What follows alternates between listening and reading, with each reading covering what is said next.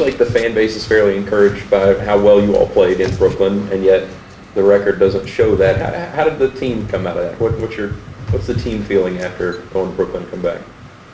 I mean, obviously we did some good things, but not enough. I think, overall we realized we don't focus enough on the little things that it takes to be a good team and to close out games against other good teams. So, as we see some bright spots from the trip to New York, but overall we're not pleased with how we're playing. What bright spots did you see? I think we had some guys come along in their roles. Okoye, Gal play really well. Quan Foy looked to get in somewhat of a better rhythm. I think we saw that, we can play with a team like Tennessee, a top 5 team for, 32, 33 minutes of the game until we let it slip away. So we just got to, take that and put it together with a 40-minute effort. Would you include yourself in those who played maybe the best you played this year? Yes, sir, for sure. I definitely played better in New York than I have, earlier in the year. But I think that's just a part of getting comfortable with my teammates and kind of realizing how I need to play to help this team and for us to be successful. When you came here, did you have any doubts that you could play night in and night out at this level? Because at Sanford, you might face a Power 5 team from time to time, but not on a regular basis. So did you have any questions at all yourself? No, I didn't. I've always felt like I could play at the highest level, and that's what we're playing here. So that was never one of my concerns. You mentioned focusing on the little things. What are some of those little things that you guys need to improve in? I think finishing plays, making sure we box out is one of our glaring weaknesses. I say, communication. On the defensive end, we had several mental lapses where maybe we didn't get matched up as quick as we needed to. We didn't convert offensively to defensively, and those type of plays hurt you. They lose you games in the grand scheme of things. What are your typical instructions from coach before a game? Does he tell you, hey, this is what we need from you in this game? Personally? No, I mean he's pretty consistent every game. My role doesn't really change, but I think the difference in my play was I just had to be more aggressive. He had communicated that to me. For me to help this team, I have to play aggressive and look to really make an impact offensively. A couple times he's used the term table setter. What does that mean to you? Yeah, well, I think that goes hand in hand with what he was saying. When I was playing less aggressive, I think it was affecting my team. So, what he wants from me is to come out and to set the table, and if that's me attacking and getting in the paint, then that's what I got to do.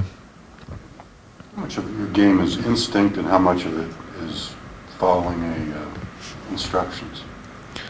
I would say the majority of my game is instinct. I got a pretty good feel for, how teams are going to play defensively before we go into the game. And once I get there, I just realize how they're playing different coverages, the pick and roll or, the weak side actions or anything like that. But, I always play off of instinct. I never have a predetermined agenda.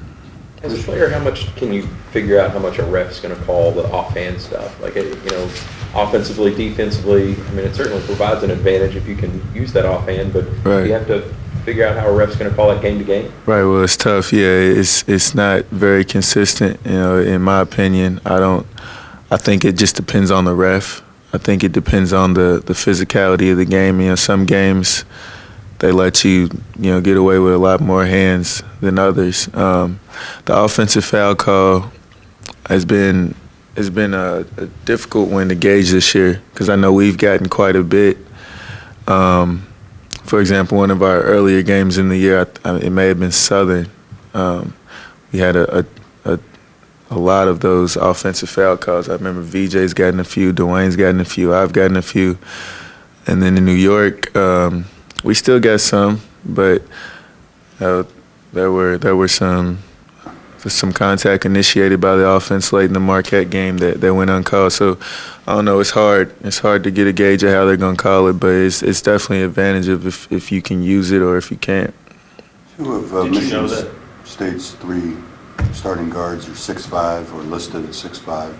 When you're up against a guy like that, how does that influence the way you defend particularly and also attack?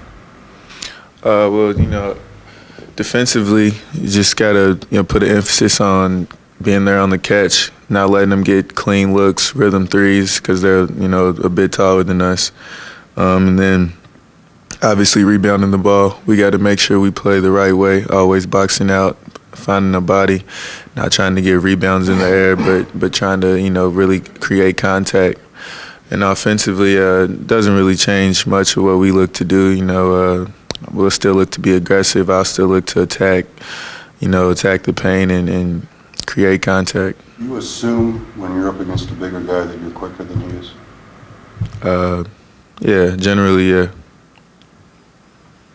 You mentioned how different the Southern and Marquette games were in terms of officiating. Did you know they were the same crew?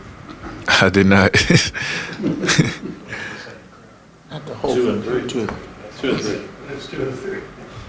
Going against two guards that shoot the three like they do you take that as a real challenge defensively, or how do you look at that? Yeah, absolutely. I mean, one of the best parts about playing at Louisville is you get to play the best players, night in and night out. So, Winston and Langford and even McQuaid, they all shoot the ball at a really high level. So, me and Darius, Quan, Ryan will take that as a challenge.